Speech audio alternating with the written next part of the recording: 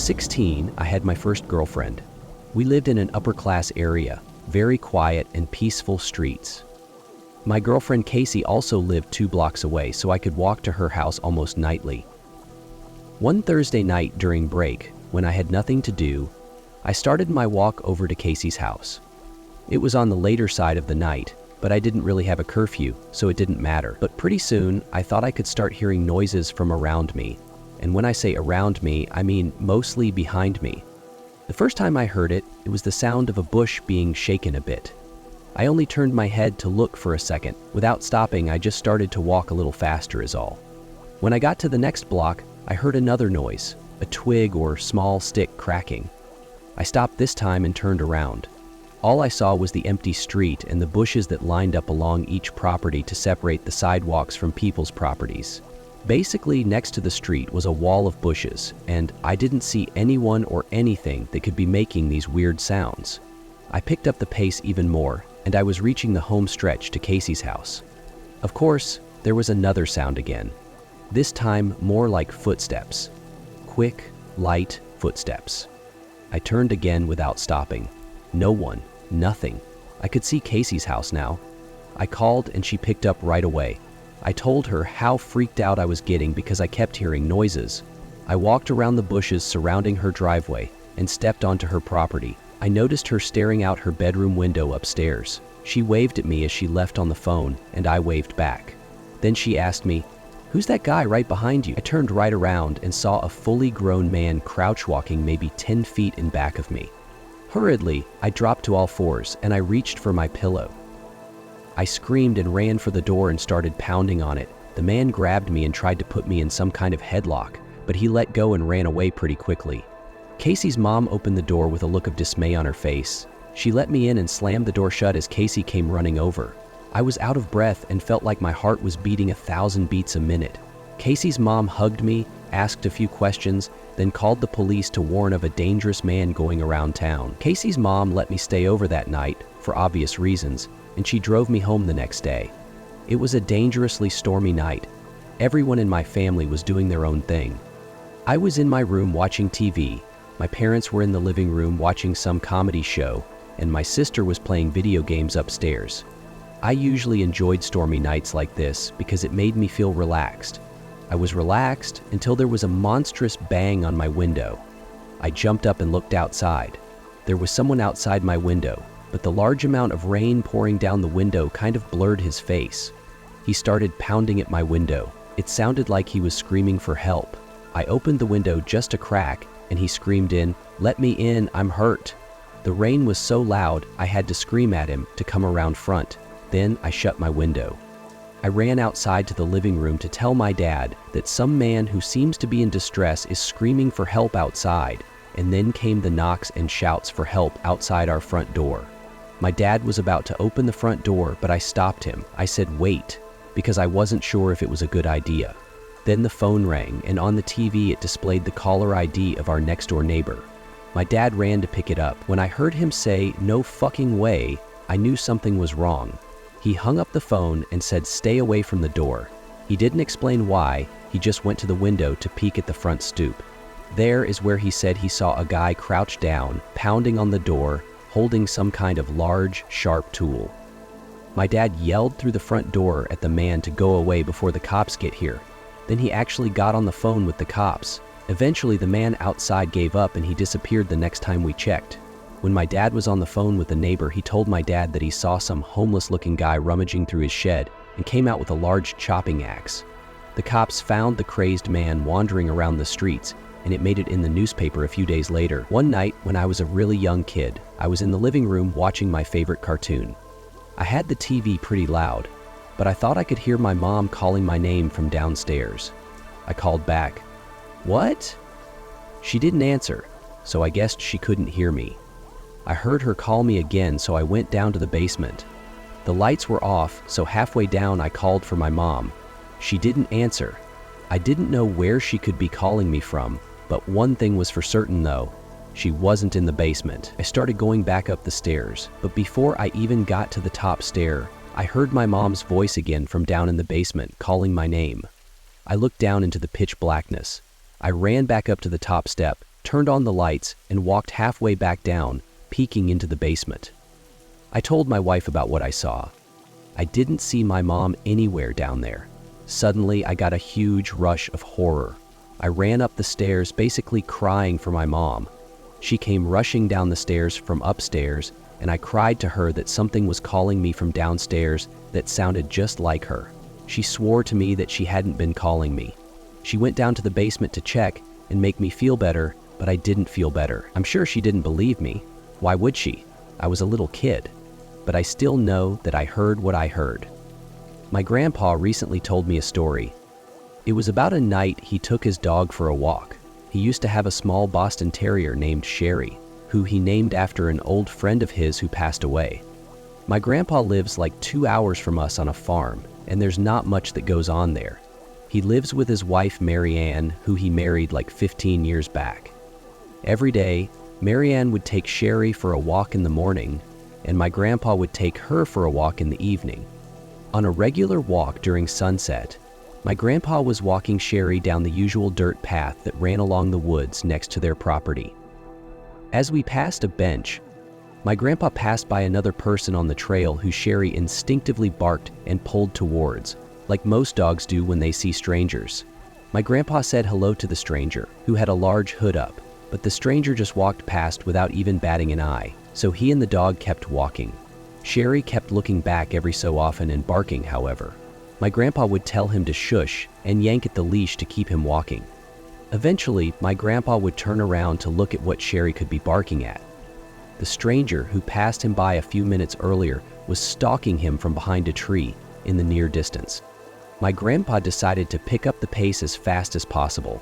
At his old age, he always carries pepper spray in his big coat pocket just in case. He was getting closer to the house when suddenly he heard clicks from the leaves on the ground inches behind him. But before he could turn, he felt the warmth of a glove cover his mouth and nose, preventing him from screaming or breathing. My grandpa says he could hear Sherry barking and biting at the stranger, which might have helped in loosening the man's grip a little. My grandpa says he struggled to grab the pepper spray out from his pocket, but when he did, he sprayed it at least 10 times and continued spraying it even after the man who was holding him let go and started to scream. My grandpa came as close as he could to a run to escape back to his house. He was perfectly okay. I grew up in California for the first 14 years of my life. Our neighborhood wasn't the best, namely because it was an area that the Crips were known to reside in. If you don't know, the Crips are members of one of the biggest Los Angeles street gangs. My best friend, who I always called Stevie D, lived 2 doors down. We had other friends, of course, but we would often hang out just he and I. We'd usually ride our bikes together around town or play video games, just basic kid stuff. When we were 12, we were biking around the neighborhood one night and decided to visit a well-known abandoned house. It had been uninhabited for many years because no one would buy it for whatever reason. When we pulled up on our bikes to the front of the house, Stevie pointed to the window and said, "Look." I pushed my bike a little closer to the window and focused my vision on it. I could see someone peeking out the window. I couldn't tell if they were looking at us or not, but it was definitely a person's face sitting between the curtains. It was extremely strange considering the place had been unowned for years. We stared, for longer than we should have perhaps, and noticed something else that was strange. The person didn't move their face at all. We inched a little closer, onto the empty driveway actually. Upon getting closer, it appeared to be a Halloween decoration or something, like a fake head. This meant someone had snuck into the house to put it there. Stevie and I, being the mischievous kids we used to be, hatched an idea to sneak in through the back somehow and check out the place. We hid our bikes on the side of the house behind an overgrown bush, then snuck into the yard. To our surprise, the back door was already unlocked, but when we came to think of it, it wasn't that surprising considering it seemed someone had already broken in to put that fake head there. We stepped into the house, but we didn't want to turn the lights on and expose the... It was dark in there, but not pitch black, so we could make our way through the house. We got to the living room first because we wanted to check out that fake head thing at the window. It smelled really bad in that room though. I picked up the head from the windowsill and immediately dropped it and screamed. I dropped it not because it was surprisingly heavy, but because it also felt like real skin. I saw a dark liquid pouring out from the bottom of the head that was now on the floor. It was blood. It was a real human head. There were 2 cracks in the ceiling above us.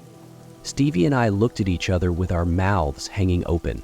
We ran for the back door and got back on our bikes to get the hell out of there.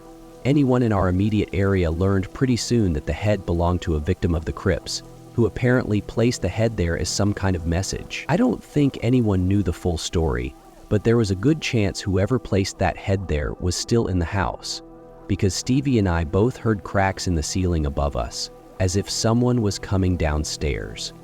Last year, a guy came to my house's door around 9 p.m. He knocked on the door, so I got my mom, and she went out to see who it was. By the way, we live in a rural area, so visits that late are extremely uncommon and strange. The guy talked to my mom about how he was opening a business, asked whether she liked American-made products, then handed her a Clorox container as a sample. He went back to his minivan and opened it to get a quote-unquote vacuum cleaner when my mom saw 5 other men sitting inside. She told me to run and get my phone. Since we don't have a landline, I couldn't find it, so I got my knife and stood around the corner. She threw the container outside and told them to get the hell off her property, as well as that she was calling the cops. They peeled out of the driveway and we never saw the car again. I've always been an extreme sports person, ever since I was little. Mountain climbing, parasailing, scuba diving, though I've always been an avid skier. I'd go upstate skiing at least 10 times a season, sometimes with friends, sometimes alone. My friend, who I'll call Q, agreed to come upstate and go camping with me, so we could do some backcountry skiing, which is basically skiing in the backcountry, on marks or on patrolled areas outside of a ski resort's boundaries. It was a 3-hour drive, then a decent amount of off-roading to get to where the hills were. I parked my truck at the bottom of a decent-looking area full of hills, but I also stopped there because I couldn't really drive out much further given that there were too many trees.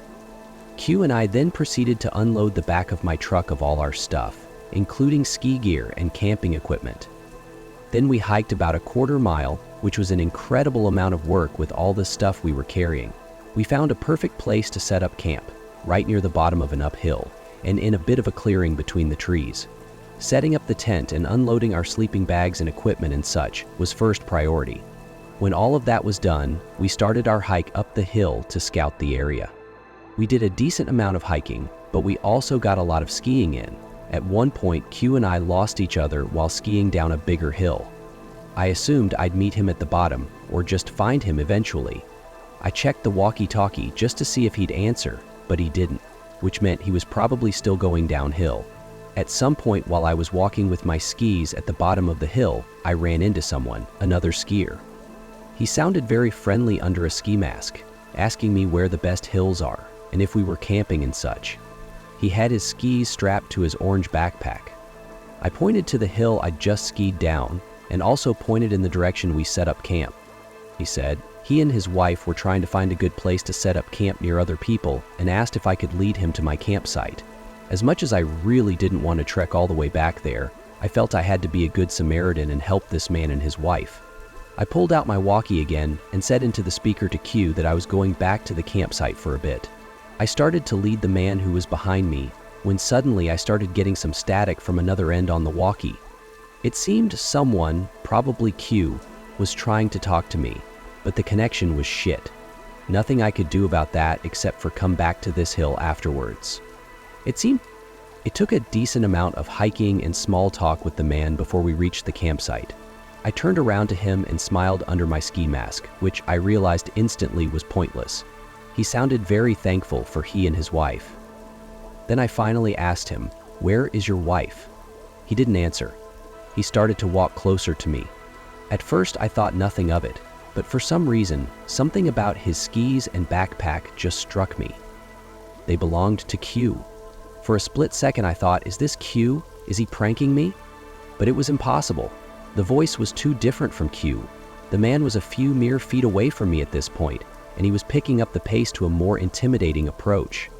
I panicked and jumped into the tent to dig for my flare gun in my bag. The man grabbed my leg, which was sticking out from the tent, and then I felt a sharp, intense tangle in my leg, like a severe electric shock, followed by a burning heat feeling. I I screamed in pain as I just managed to pull out the flare gun, push aside the door to the vent, and aim it at the man.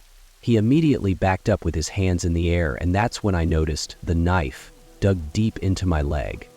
I ordered the man to tell me where my friend was. He answered quickly, saying near the bottom of the hill he found me at. I told the man to stand still while I called 911 to request an immediate rescue, but the man took off quite easily while I was on the phone. There wasn't much I could do with one single flare gun shot. I felt like I was waiting there in the cold with my bleeding leg forever, until finally the reassuring sound of a rescue helicopter swooped overhead and I shot my flare gun. I cannot believe I was actually picked up by a helicopter in which I helped locate my friend laying in the snow in the middle of the hill. He was unconscious, and he had also been stabbed twice in the leg, then robbed. He tried talking to me through the walkie-talkie while he was losing consciousness, but the connection was bad. We both went to the hospital, but we're fine today. I lived in a small college town, and my apartment complex was walking distance from the bar/downtown area. One weekday night, I stepped out on our front porch to smoke a cigarette or two. I was up late studying. I brought my textbook with me and lay down on the stairs while I smoked. A girl who I had never met before, but who lived one apartment over on the ground floor, came home from downtown. She was by herself, and you could tell from her walk she had been drinking.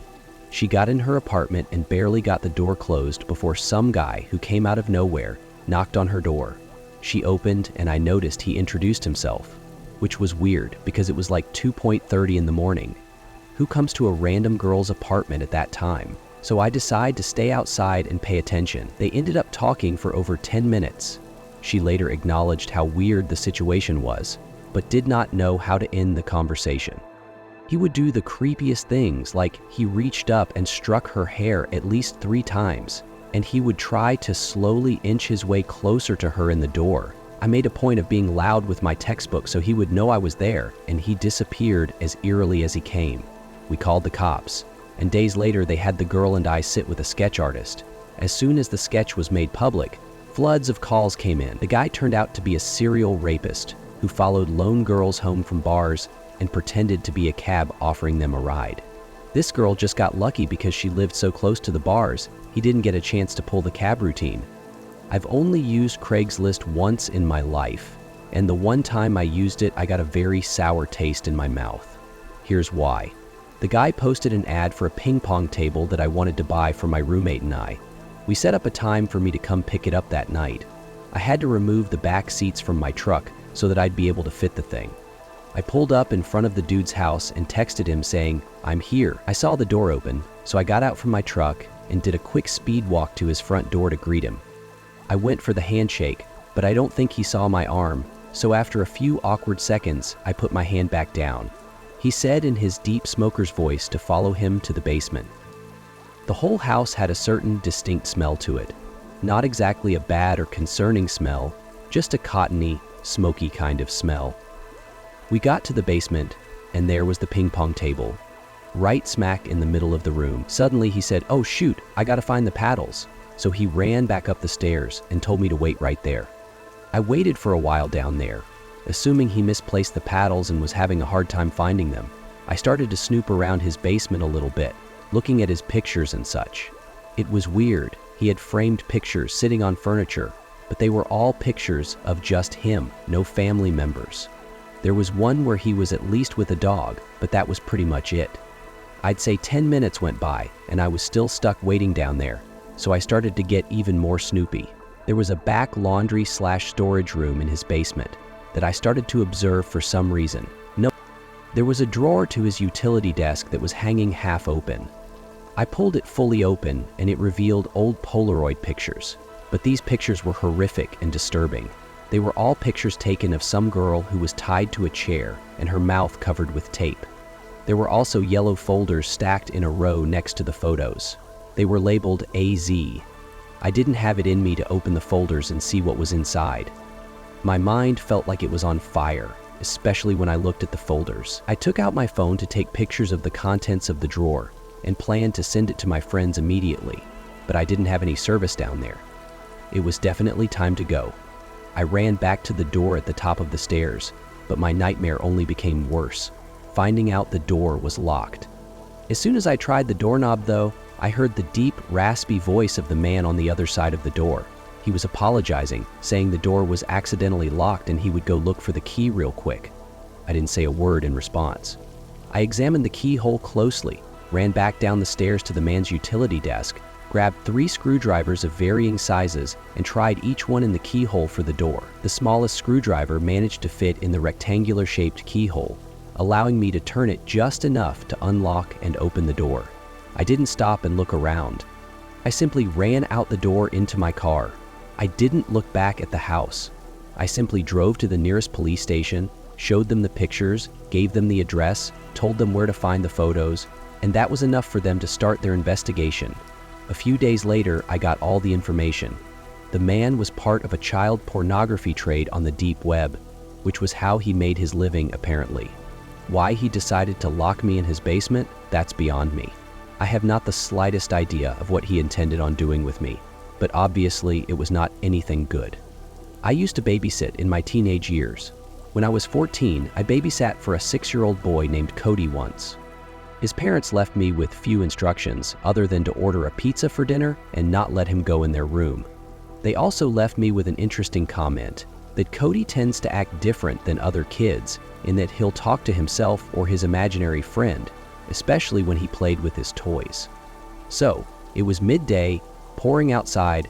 I was watching some old Wipeout show that used to be on TV in the early 2000s. Cody was on the floor playing with his toys that were scattered across the living room. Cody kept using the name Agnes. He would act like he was playing with another kid who was sitting in front of him. One of his toys that were sitting across the room from him activated out of nowhere. I only found it weird because the toy was one of those little cube-like things with a crank where you pull it down and some simulated moving racing background came up on the screen. It was the kind of toy that would take effort to activate, and there it was, activated all by itself. I asked Cody how that was possible. He looked at me and said, "Agnes is playing with it." I have to admit, it was a little disturbing hearing him say that. I picked up the toy and turned it off. That night, in the final hour waiting for his parents to come back, I was in the bathroom washing up when there was a knock at the door. "Cody?" I said. I opened the door. Cody wasn't there. I looked into the hallway for Cody. One of the doors at the end of the hall started to creak open slowly, like really slowly. I turned off the light to the bathroom and walked into the room, expecting to see Cody playing around trying to scare me. Instead, Cody was sitting on the bed in the far corner of the room, looking at me. I asked him who just pushed open the door. "Agnes," he said. Now truly freaked out, I went to pick Cody up off the bed and brought him to the living room, where I spent the rest of my shift until his parents came back. I didn't mention any of the weird things that happened, but when they reached out to me to watch Cody again a few weeks later, I never called them back. This is gonna sound weird, but bear with me. When I was in high school, there was a kid who told everyone he was a demon. I don't feel comfortable even writing his name for reasons you'll soon understand. I'm just gonna call him Patrick, even though his name sounds like something out of a Shakespeare play. He was extremely socially awkward and walked around with this super empty stare that made even teachers uncomfortable. He wore the same blank gray hoodie literally every single day. I'm not exaggerating. I'm pretty sure he never washed the thing, since he always smelled terrible too. He was decently short and pretty average looking, although you wouldn't be able to tell since he always had his hood up. He never took his sunglasses off, even inside. Teachers eventually stopped asking him to because he would never listen anyway. Now comes the weird stuff. He didn't have any friends, but had this weird tendency to adopt people. What I mean by that is, if he liked you, which he could decide randomly one day, he would walk up to you and say, "You're adopted," meaning you were part of his circle or whatever. Apparently this would make you safe from him or something. End quote. That's at least what he'd say about it. He didn't really like that many people though, so few people were ever really adopted. I was one of those few. Looking back, it was probably because he had a crush on me. None of us believed his demon spiel, and everyone just assumed he was a troubled kid, which he definitely was. Oh yeah, I should probably mention that this all takes place in Wayne, Pennsylvania, which is where I grew up. Another girl I used to be friends with, Gabby, had also been adopted by him. Patrick's crush on her was a little more obvious, and all my friends knew it. One day, my friends and I were chilling on the dugouts behind our high school, killing time and doing God knows what. It was me, Gabby, Laura, and Luke. I can't exactly remember how it happened, but the topic of conversation floated over to Patrick's crush on Gabby. We were all laughing about it, and Gabby was pretty obviously embarrassed. I can't remember what it was, but there was a nickname we'd substitute for Patrick's name because his real name was too clunky. This time, though, I distinctly remember Laura using Patrick's real name the third time she said it. I swear in my life that Patrick appeared out of nowhere and jumped on top of the dugout with a baseball bat in his hand. It wasn't scary in a typical sense, but it was one of the most unsettling things I'd ever seen up until that point. We quickly stopped talking, nervous that he might have overheard us talking about him. He didn't say anything though, and just stared at us. I gave him a little wave, and he nodded in acknowledgement at me before jumping back down to the ground and swiftly walking away. After we were sure he was gone, the four of us burst into laughter, finding humor in how weird the whole encounter was. On the inside, though, I was still a little disturbed. The next incident I can remember was significantly more creepy and impossible to laugh about. I was literally in Laura's house, and the two of us were hanging out in her room. Her parents were home. I'm not sure what exactly we were talking about, but again, Patrick's name was said 3 times between the two of us. Not 10 minutes later, we heard Laura's front door slam shut. Confused, we went downstairs to see if one of our other friends had decided to pull up. Laura was friends with everyone, and her parents were super chill, so people came and went unannounced when it came to her house. Laura's mom had beaten us to the door though. We turned the corner of the living room and stared in shock at Patrick, who was just standing there, talking to Laura's mom. She asked him what he was doing there, to which he literally replied, "I was summoned." Laura's mom made some small talk with him before politely asking him to leave, which he silently did. The reason why more alarm bells weren't going off was because Laura's mom actually knew Patrick and pitied him. Laura and I weren't as calm about the situation though. As we walked back up the stairs, we talked to each other with horrified faces about how creepy that was. A few minutes later, we made the connection between the two events. He seemed to pop up when his name was uttered 3 times.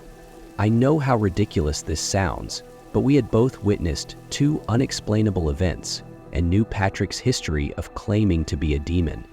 How else could someone else rationalize what had taken place?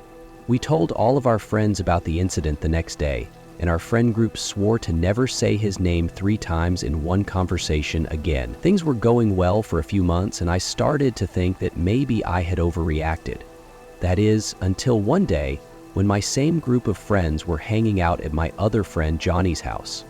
We were chilling on his back deck when the topic of conversation again found itself concerning Patrick. Despite all of our efforts to convince him, Johnny refused to believe what we told him about Patrick. Even after confirming the story with the entire group, he was still skeptical. To display his disbelief, he jokingly used Patrick's name 3 times in the same sentence, to our dismay. When nothing happened, he grinned and told us we were stupid to believe something so ridiculous. As annoyed as I was, part of me was relieved that he hadn't shown up. I spoke too soon though, because a few minutes later, Patrick jumped over Johnny's backyard fence. Johnny noticed him first and stopped speaking mid-sentence. The rest of us followed soon and went dead silent, nervous about what Patrick might do this time. We watched as he stared at us for a few seconds before jumping back over the fence and disappearing out of sight. Johnny started freaking out and accused us of conspiring with Patrick to scare him. We told him that we literally begged him not to say anything. We sat in silence for a while before Johnny eventually told us all to go home, clearly shaken from the experience. The last experience I had concerning Patrick was definitely the scariest and most disturbing. It was the only one where I felt like my life might have actually been in danger. A few months after the incident at Johnny's house, I was home alone one night. My parents rarely left the house back then, so this was a rare occurrence. I decided to take advantage of the situation and invited a boy over whom I'd been talking to. He was kind of a tool, but so were most of the guys I was talking to at that age. We were hanging out in my room, and it was lightly raining outside. After a while, he mentioned something about Patrick, which made me visibly cringe.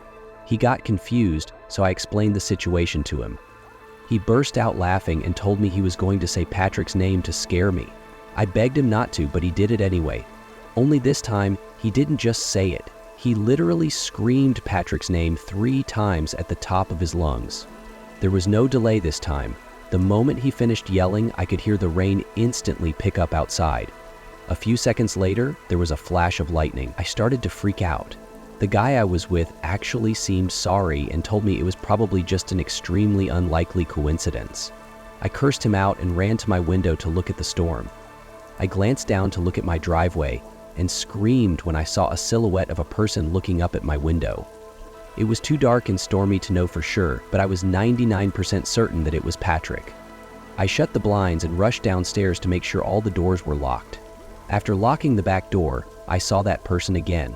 Only this time, he was standing motionlessly in my front yard. I felt a panic attack coming on, and I knew Patrick was going to find a way inside my house. I started screaming, "But I'm adopted!" over and over again, hoping that would do something. I know there was no way he'd have been able to hear me, but my brain was all over the place at that point. The guy I was with ran down the stairs a few seconds later and picked me up off the kitchen floor in an attempt to comfort me. I looked out the window again, and he was gone. The storm was still coming down like crazy though, but it's not like I was going to search the property anyway. The next morning, after that guy had left, I went out to inspect my yard. To my horror, I found something sinister in the far corner of my backyard. It was Patrick's hoodie, and wrapped inside of it were a couple random belongings of mine that I assumed I lost. My parents were gone another day, and I was too scared to call the police. I figured I'd show my parents what I had found after school the next day, and they'd take it from there. Never had to though. The next day, Patrick didn't show up to school. He didn't show up the day after that either. None of us ever saw him again, and no one knew what happened to him. My parents still live in the same house, which is something I think about a lot. I know this isn't your typical scary story, but I'm not sure where else to vent about this. A few people from school told me they caught Patrick hiding and eavesdropping on their conversations, which could explain how he was able to show up out of nowhere. As I've grown older and thought back on the whole thing, I think what makes the most sense is Patrick was just a mentally ill stalker who followed me and possibly other girls around, hence why he was always able to appear when his name was brought up. It skeeves me out just imagining him following me around all over the place, listening to me. I don't even want to wonder where he is today. I'm from Denver. This happened a few years ago. My friend Mike and I were heading to a dinner party one snowy Saturday evening. We decided to stop at a liquor store before heading to the party. It was honestly a pretty annoying detour with the snow coming down, but we didn't want to show up completely empty-handed. We picked out some local craft beers and a bottle of whiskey and made our way back to the car. I remember the snow started to pick up around then, but it was nothing we weren't used to. He ran back into the liquor store to grab a pack of Zins, his latest nicotine fixation. I remember being annoyed about that because I was the one driving and didn't have the best car for the snow at the time. After a few minutes, he emerged from the liquor store and hopped in the car. I immediately pulled out of the parking lot and we were back on our way. The snow was falling even heavier now, covering the roads in a thick blanket of white. The drive to the party was supposed to be straightforward, about 20 to 30 minutes through familiar suburban neighborhoods. Things in my life are never as easy as they seem though. The snowstorm had other plans, turning what was supposed to be a relaxing route into a treacherous journey. Let me just say, I'm not a great driver as is, and the car slipping every 10 seconds didn't help matters.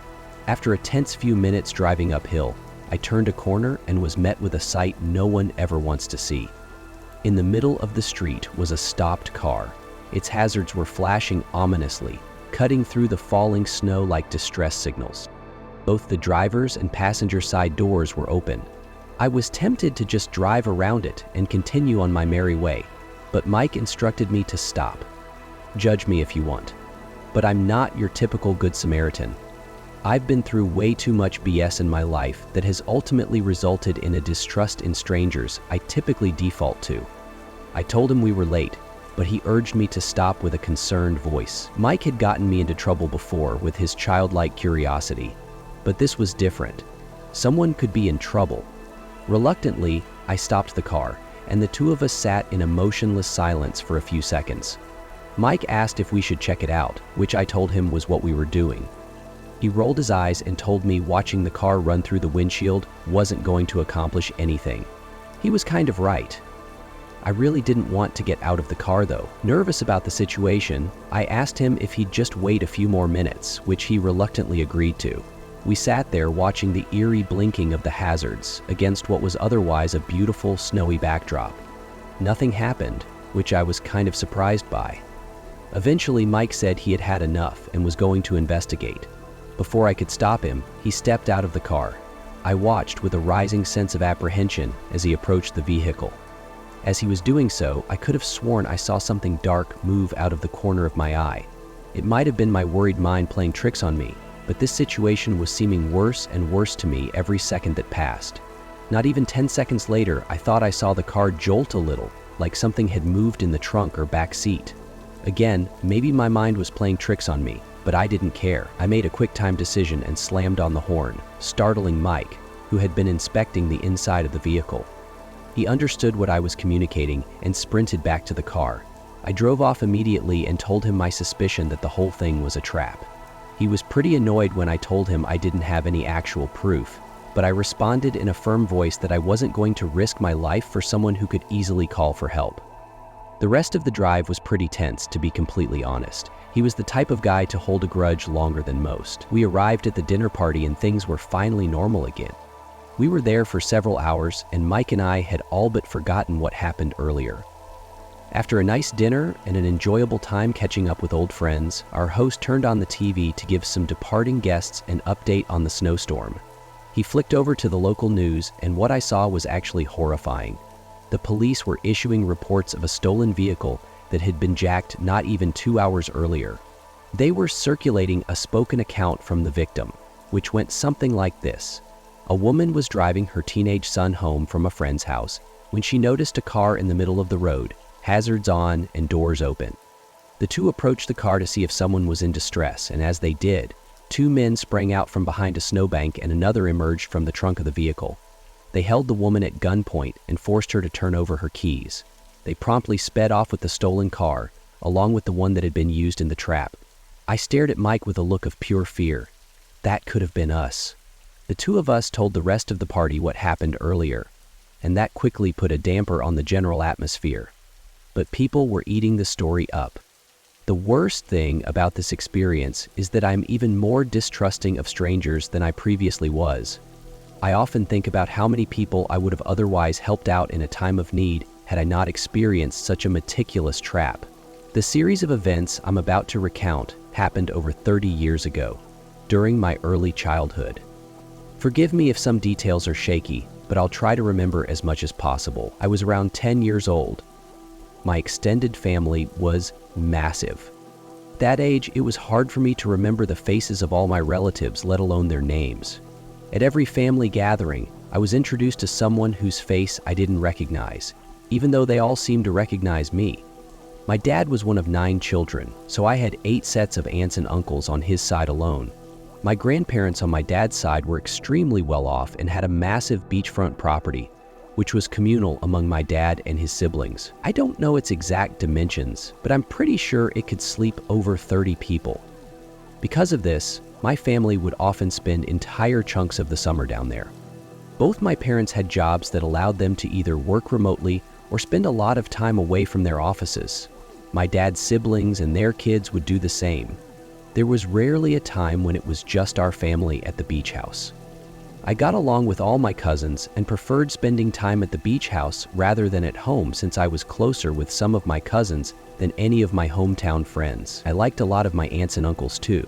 My favorite by far was Uncle Joseph, who was the father of my cousin Brandon. Brandon was honestly kind of antisocial, and we didn't really play that much together. Uncle Joseph was awesome though, and he'd never fail to brighten my mood or make me laugh. In addition to being great with kids, he was a licensed therapist and psychiatrist, and was often who I'd turn to in times of need. There's a decent chance he knew more about me than my parents did. I confided in him regularly, and there was nothing I was uncomfortable divulging. Anyway, that summer, I began having tremendously graphic and disturbing nightmares. As far as I can recall, there weren't any common themes between them. They'd all just be about something psychologically taxing. like a family member dying or being alone forever, or something along those lines.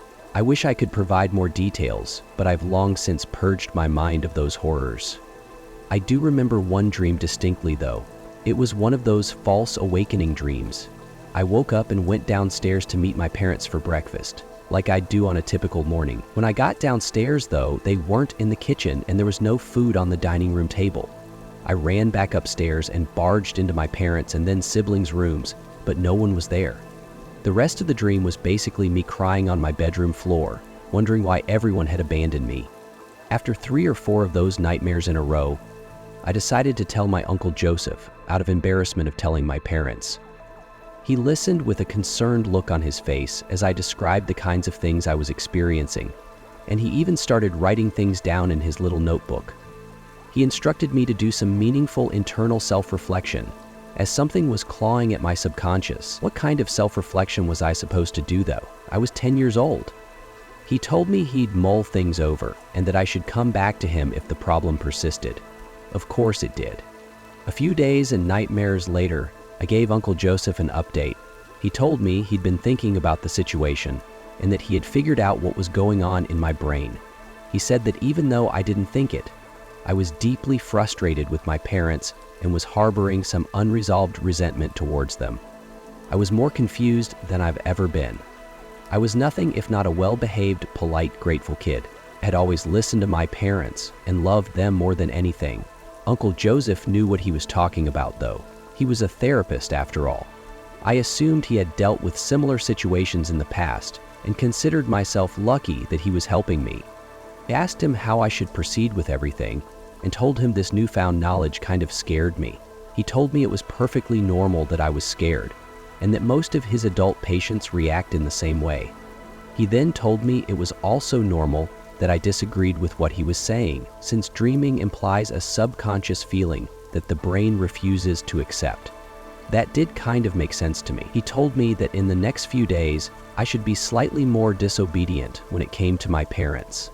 He told me to try saying no more often, and to argue with them when I didn't get my way. Exercising with intention. Christopher Young was a revolutionary, so that's what I did. For 3 days after talking to him, I behaved so uncharacteristically that my parents got concerned. They told me they didn't like my recent behavior and I'd better quit it. It killed me to do that to them, but I couldn't stand having nightmares, literally every night. My 10-year-old self would have done anything to put an end to those night terrors. They didn't stop though. In fact, they actually got worse, more graphic, more disturbing, and more vivid. It was too much.